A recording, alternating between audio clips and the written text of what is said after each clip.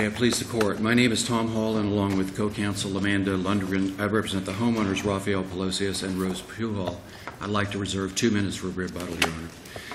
This is an appeal from a final judgment of foreclosure in which the bank did not prove its case. One of the critical things they did not prove was a condition preceding to even bringing in the case, and that's that they had sent a default letter to the borrowers at their address. Counsel, I have a question because I'm a little confused about the timing of and what happened with regard to the accounts from which the mortgage payments were being made. This was an adjustable rate mortgage, so apparently the amount of money that was paid maybe each month might have fluctuated to some extent. Is that correct? Actually, the amount, it is a adjustable rate mortgage, and it's also what's called a negative amortization loan. So the money that you pay every month doesn't adjust. You pay the same amount every month, and then at the end of the year, they adjust what you pay.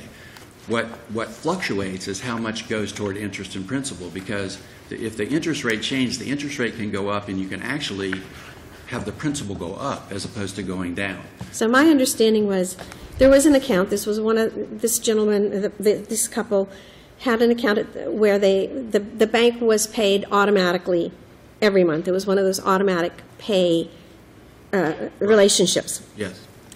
But I may be wrong about this. Before the notice of default went out, there was some discussions or dispute between the bank and Mr. Palacios and his wife about how much money was being withdrawn from the account. Is that correct? Right. It was before the notice was sent. I just want to be sure I had my chronology right. Mr. Palacios said he met with the bank because he thought that there was $60,000 in excess that had been taken out.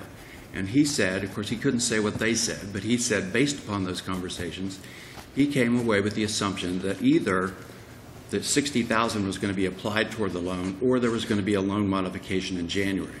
So at that point, he didn't make any payments because he thought this $60,000 was coming out. He closed. He actually he stopped the automatic payment, as I understand. He closed the account or whatever the account that money was coming out. Right. When in the timing of this did the notice of default? I know he had noticed this. I think the facts are before the notice of default. Yes. Was sent. Yes, he had that meeting with the bank, and he stopped making. There were 4 payments that he didn't make, and as I recall, the notice of default was mailed on September 9th. I think is the date it was sent. Well, the first default was sent in March. Yes, and that was cured. That's right. September 29th. Yes, so there was September a notice, 29th. But the complaint had nothing to do with the March default. It had to do with payments that were made September, October, November, December. Right. And so the letter was mailed, and admittedly, their witness admitted the addresses didn't match, and it was sent to the wrong address. And the recent case out of the 4th DCA, Holt, I think is sort of right on point on this. There's an obligation, you have to send a default letter. And I actually like to call it the cure letter, because what that default letter does, according to paragraph 22 of our note, which is almost exactly like in the whole case, it says you are in default, this is what you owe, this is how you cure it, and this is when you must cure it by. And if you don't, we have the right to accelerate. Because, I mean, he knew that the bank believed that he was in default. The issue is he didn't know, because he didn't get this September notice, right, that if he didn't cure it by a certain time, that they would proceed with foreclosure. Yes, Your Honor. In fact, I don't think he actually knows he's in default. I think he believes otherwise. Well, he believes otherwise, but I think he knows that the bank believes he's in default. But that's not the issue. The issue is, was he given an opportunity to yes, was he given an opportunity cure to the default? He was not knowing that if he didn't by a certain date, they were going to foreclose. Right, and I don't think he was given that opportunity because he didn't get the letter. Did he ever make an attempt to cure after he became aware that they had accelerated? Actually, what he testified to was when he got the summons, he called the attorney, and the attorney said they wouldn't talk to him because he didn't have an attorney. That's what he testified at trial. So that sort of cut it off, and at that point, so he didn't know he was in default, and he didn't know that the note and mortgage had been accelerated until he was served with a complaint. Right. And then after that, did he make any effort to cure? Well, the only testimony about that was, what did you try to do? And he says, I talked to the attorney, they wouldn't talk to me. So, but at that point, having to cure is paying off the whole thing. It's not paying the $19,980, which was the cure amount in the default letter. At this point, it's the whole loan plus all the other tagged on charges.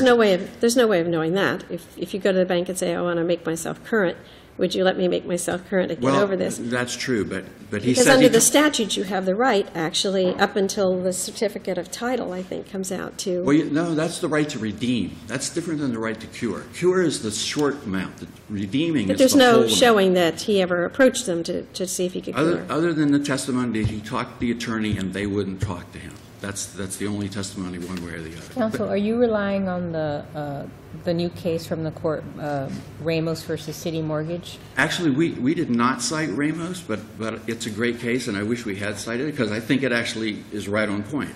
It said, that case says, since you ask about it, that case says they mailed the brother to the wrong address. They had no proof that he actually got it.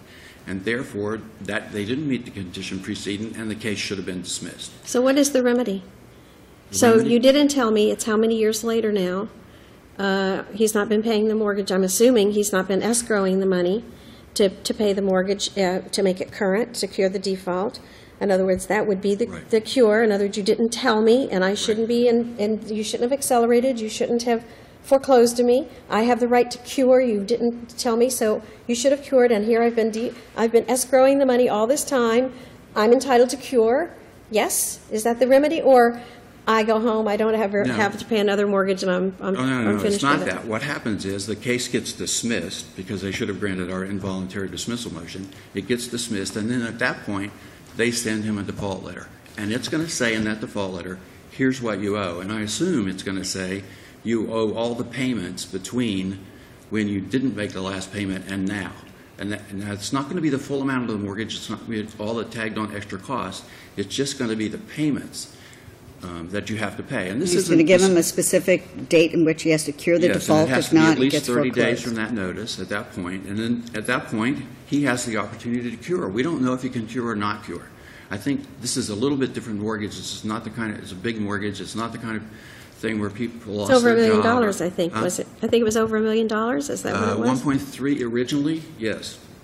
So I think that it's really clear based on Ramos' case and based on the whole case, this case should be sent back and directed to involuntary dismissal be entered. But I'd also like to talk about the second issue we raised, and that's that they didn't actually prove the amounts that they had to prove if you get to that point, and hopefully we don't have to get to that point. I think it should go back. But you have to understand, this witness who testified, there was only one, she was there as a records custodian. In fact, the court specifically asked counsel, she doesn't have any knowledge of the actual facts, and he said true. So she didn't actually know anything except what she had to testify to get these records into evidence. And the way they tried to prove that at trial was, counsel took a proposed final judgment, showed her that final judgment, and said to her, did the documents in the transaction history support what's in this proposed final judgment? They didn't enter that final judgment into evidence. But there was nothing introduced into evidence to show the actual interest that would have been applied for each of the months and years. Yes, the transaction history, that's exactly right. It makes all these notations. I mean, had they even had a printout, that might have been sufficient, but, you know, the amount of interest was completely unknown to her. Right. It might have been sufficient if it were read or documented, but since this is a variable rate mortgage, it's got to say what the interest is every month, or you can't calculate. And that's what the 4th District found in Saladin. That's exactly what that's exactly what they found. And then they sent it back saying, well, in that case, they sent it back and said, well, the minimum is 5%, so you can send it back and calculate it on that. But in this case, if you look, there is no minimum interest. There's a maximum set forth, but there is no minimum. So at the best, and because it varies, in this particular note it says it varies even after default. So you would have to go, they would have to introduce evidence of where it was at every single stage of that thing, all the way up, I'm assuming all the way up into today, since they're technically still in default. Well, I'm sure they have a program that calculates that. That's how they calculate it for them every month when he's current, so. I'm sure they probably do, but they'd have to introduce those sorts of documents into evidence to be able to really actually prove the amounts that they claimed.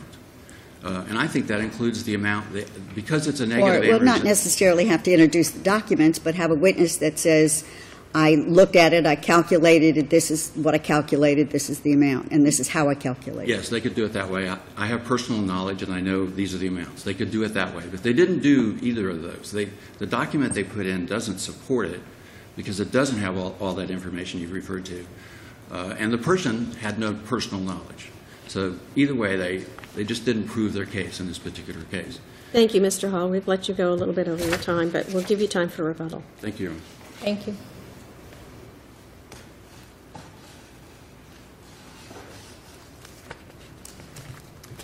Good morning. May it please the Court. Will Grimsley on behalf of the Appellee, JPMorgan Chase Bank. The two issues before the Court, first, whether competent substantial evidence supports the trial court's finding that the bank substantially complied with conditions. How can the trial court's finding that there was substantial compliance when the only notice that related to this alleged default was a notice that was not sent to the proper address? How could that ever be sufficient compliance or substantial compliance? There are, and Chase submits there were two notices of default. But the first notice of default is March. Correct. And you're claiming that the default began in September. So how can that notice in any way be relevant? It's very relevant, and on the March 31st, The March 31st notice of default is I'm giving you notice of a default that has not yet occurred? It's sense? relevant to how Didn't they cure? they did not cure. That was my main point, is counsel testified that they cured, but the March 31st default letter set forth an amount of $21,000 that had to be paid to cure the default. On April 13th, 10 days after the appellant acknowledges that he received the March 31st, 2009 default letter, a payment is made, a substantial payment is made, but it's only $10,000. It was not sufficient to cure the default. There were payments in May, June, July, August, September. The testimony at trial was that, yes, those payments were made. They were not sufficient to cure that ongoing default under the mortgage, paragraph 12. Because there was a dispute as to whether the rest was actually owed. Yes, Your Honor. And under the mortgage, just because the bank continued to accept payments and apply payments, the fact that the default was never cured under paragraph 22 entitled the bank to proceed. Does your complaint say that? I don't know. My reading of the complaint discusses a default that begins in September. The bank's not taking the position that the default in February was the default alleged in the complaint. The position with regard to the March 31st, 2009 default letter, it is a basis upon which the trial court could make a finding that the bank complied with conditions preceding. Well, but the complaint says that the default begins August 31st when that payment has not been made. Correct? That is correct, Your Honor. We acknowledge that. So it doesn't at all give notice that you're going to be proceeding of a default that occurs before August the 1st. And with regard to the complaint, they were proceeding as to the August 1st, 2009 default. The point of the March 31st, 2009 default letter was that because the default was never cured, it was an ongoing default, because it was never cured. But it just said that I would agree with you. If it said that in the complaint, if you had been seeking to foreclose on a default that started in March, then you could rely on that March notice. But if your complaint seeks to foreclose based upon a default that starts in August, you can't rely on that March notice. You have to look at the September notice, which he clearly didn't get. Chase would submit that at that point, further notice was not required under paragraph 22. But addressing the September 2009 default letter, the testimony trial was such that the appellant said, this isn't my property address. The address on the default letter, this is not my property address. This is not my business address. I did authorize them to send me stuff to my business, but this is not my business address. Chase is not disputing that testimony. In fact, the judge accepted that testimony. What is telling and is what is decisive in this case is there was this ongoing dispute for $60,000 that there was no account number introduced at trial. There was no evidence. There was just the sole testimony, which may support his subjective belief. But he knew he was in default. He knew the bank believed he was in default. The question is whether or not he knew that he had an opportunity to cure, and if he didn't cure by a certain date, that the bank was going to foreclose. Not that they were going to continue to take his payments in part and discuss what happened to the $60,000 and try to figure this out, because it looked like the bank was trying to investigate his claim that they took out more money than they should have taken out. So if he believes, let's say rightfully believes, and I don't know what was in the minds of the parties at the time, but if he rightly believed that the bank was investigating his claim, and he also testified that, or there was some evidence in the record, that he believed, that he was told that he shouldn't pay while the bank was making this, he shouldn't pay this defaulted amount until the bank was able to determine whether he had a justifiable claim for the $60,000, then he's not really put on notice that if he doesn't cure this default by a certain date, they're going to foreclose. The Chase admits that this testimony wasn't that clear, but what is clear is that the appellant made a conscious decision in August that, hey, I'm not going to make another payment until January because, in my mind, they owe me $60,000. So in the end, it's going to even out. So this is where substantial compliance comes in. The doctrine of futility, and with regard to conditions precedent, he's testifying at trial, I wasn't going to make another payment until next year. I'm getting a new mortgage, or we're going to straighten this out. Well, let me ask you something. During that period of time, the September, October, November, December, was the bank still taking money out of this escrow account, or had he closed it by then? When did he close out that account? If Your Honor is referring to the other account. Yeah, not escrow, but whatever it is. The separate account that we don't know the number for. It was closed, I think, before May 2009, so that would have been months before the September 2009. So the bank was not taking money from any source. The record doesn't reflect it, correct. For September, October, November, December. Correct. Correct. And so the judge, now, we cannot lose sight that foreclosures are equitable proceedings, and this was at the forefront of the judge. On page 215 of the record, he says, now, is there an argument that equitably speaking, it doesn't matter if the default letter was deficient because of his decision to intentionally stop paying? So you're talking about an anticipatory breach. Is that what you're talking about? I am drawing a parallel, correct. So and futility. So the doctrine of futility, so the judge is saying, okay, I don't doubt that he has a dispute with the bank. There's no evidence of it, but I don't doubt he has a subjective belief that there's a dispute.